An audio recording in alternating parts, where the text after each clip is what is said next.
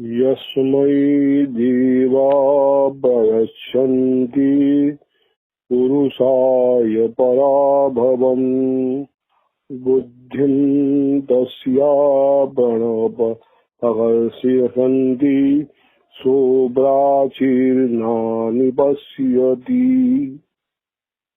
कहते हैं कि जब दैव खराब होता है, भाग्य खराब होता है, तो अच्छे अच्छे बुद्धिशाली व्यक्तियों का दिमाग फिर जाता है।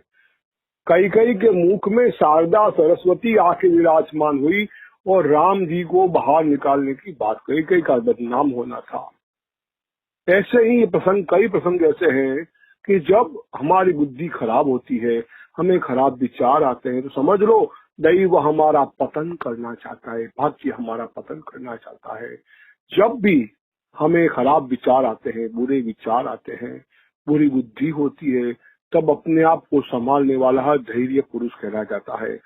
गलत समय के अंदर गलत निर्णय करने से हमारा पतन होता है और दैव क्या चाहता है कि इसका पतन करो, इसको गिराओ। जब ऐसा होता है तो आदमी गिर जाता है, सर्वनाश को प्राप्त करता है। इसलिए जब बुद्धि खराब होती है, विचार खराब होता है, तो आदमी को अपने आप को संभालना चाहिए। लेकिन दैव ये होने नहीं देता। दैव वही करता है जो उसको करना है, बाकी वही करवाता है, उसकी बुद्धि को घुमा के पतन की ओर ले जाता है।